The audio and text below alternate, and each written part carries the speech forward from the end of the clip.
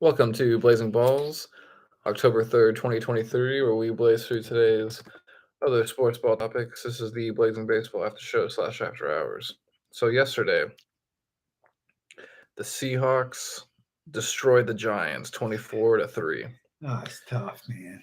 And He got so sacked 9 times. Jones got sacked 9 times. he got sacked, a They lot. creamed him. They creamed him. And I Terrible. was watching the Pat McAfee show earlier today, and they were talking to the Giants insider for ESPN.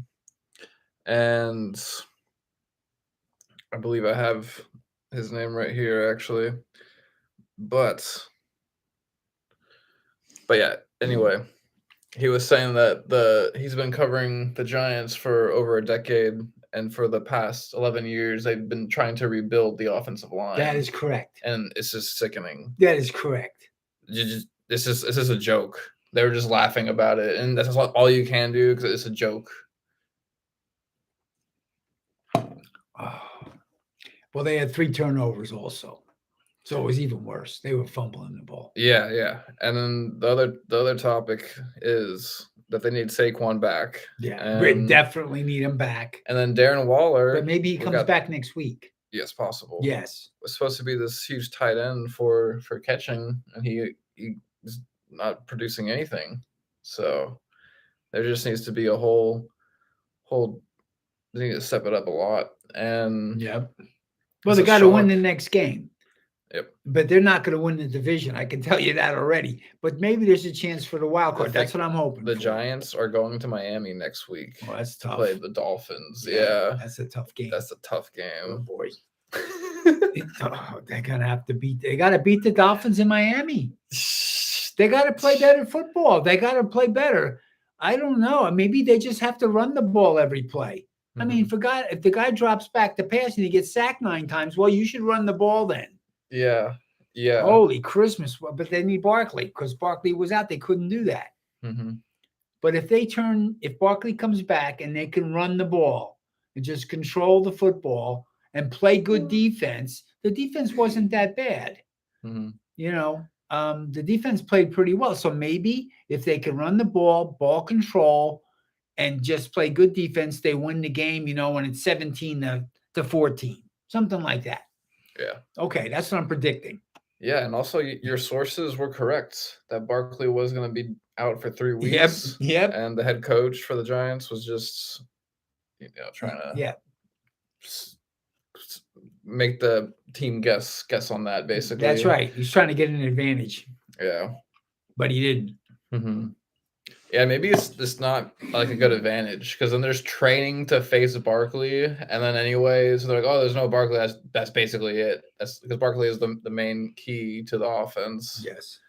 And so, hey, if they're training for Barkley in their head, they're training for one of the hardest hitting running backs in the league. So maybe be like, oh no, he's definitely out for 3 weeks. So then they're like, oh, we're not facing Barkley. It'll be easy. Yeah. And then you whoop them. Yeah, he did it the wrong way. Yeah, he did it the wrong way. And I will say this: it was in the first quarter.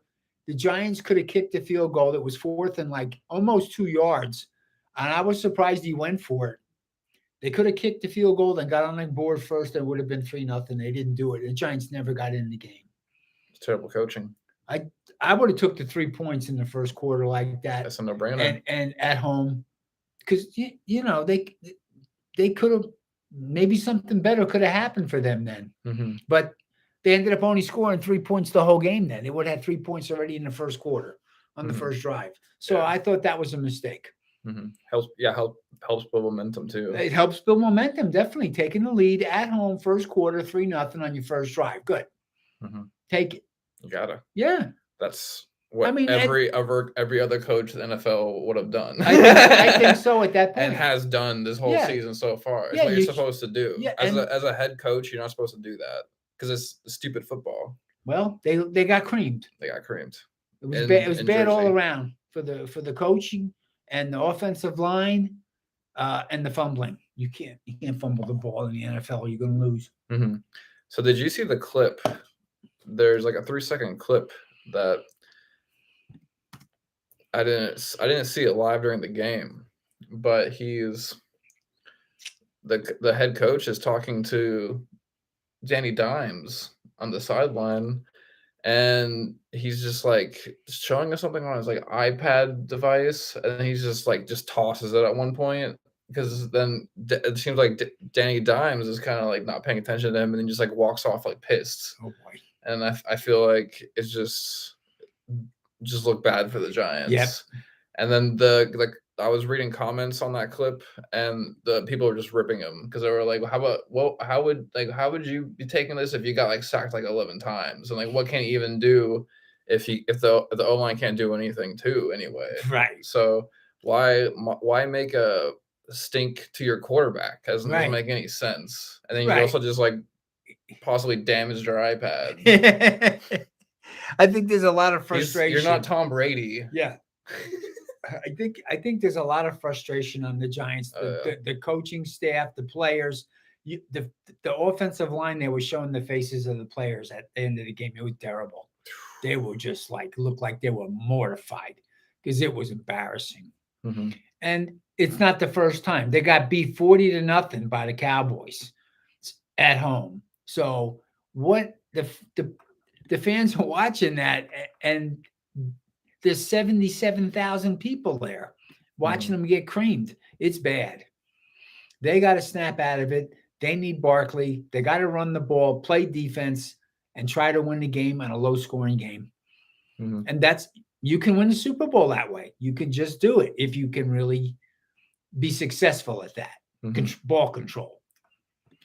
Yeah, and then something that I wanted to go over. I wanted to go more depths. Yeah, I want to go over this one. That was fun. Tampa Bay Buccaneers stomping on the Saints in New Orleans, 26-9.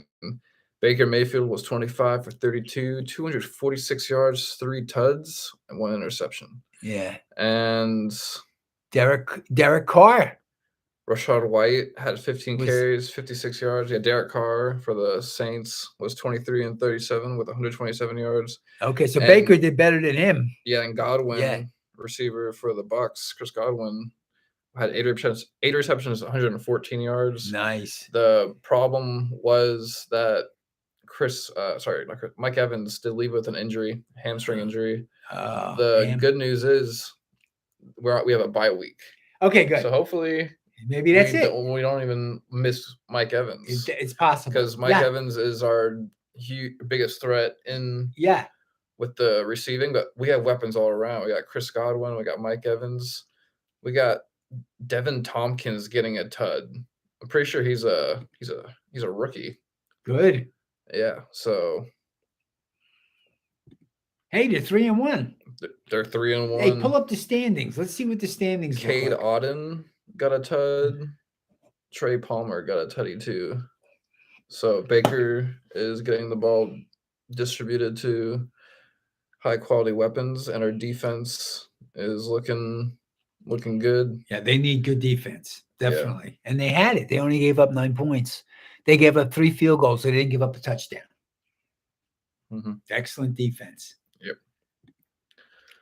And see if you can pull up the standings to see. Oh yes. Where because the Giants are in last place. I know that we're in first in the division, the Bucs.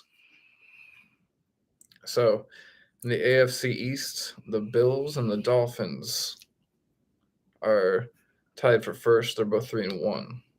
In the AFC West, the Chiefs are in first. They're 3-1. In the AFC North, the Ravens are in first. They're 3-1.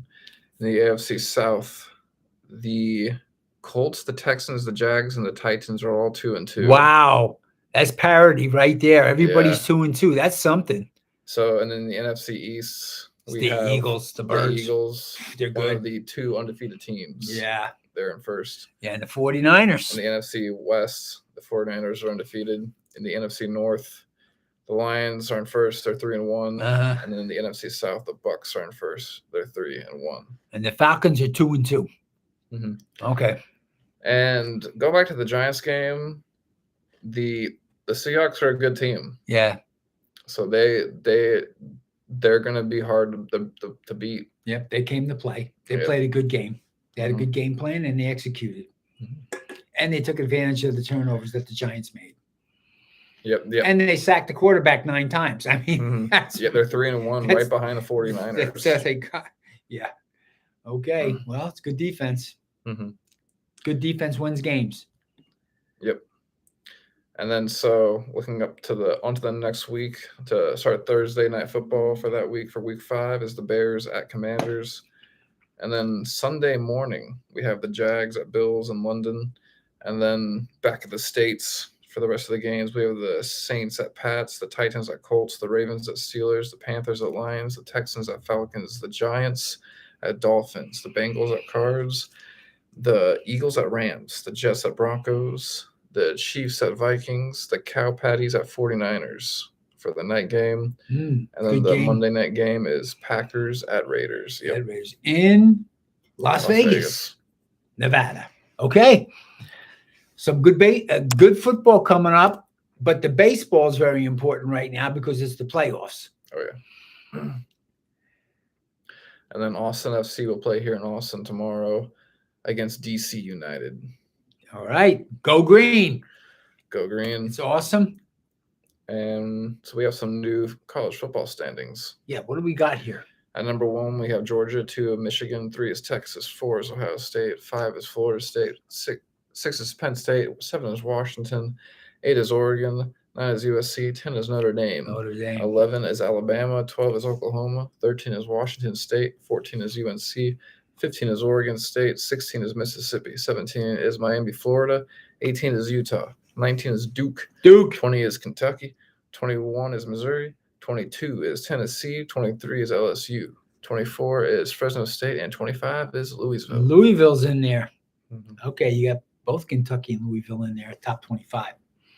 Okay. Any other sports ball topics you want to go over today? Well, we got a lot of good football going on for the Texas Longhorns. They're going to play in the Red River Classic against the Oklahoma Sooners on Saturday. Yep. And we'll catch y'all here on Blazing Baseball in a minute. Blazing Baseball tomorrow, blazing through tomorrow's baseball topics, and then here are Blazing Balls, blazing through tomorrow's other sports ball topics. Peace.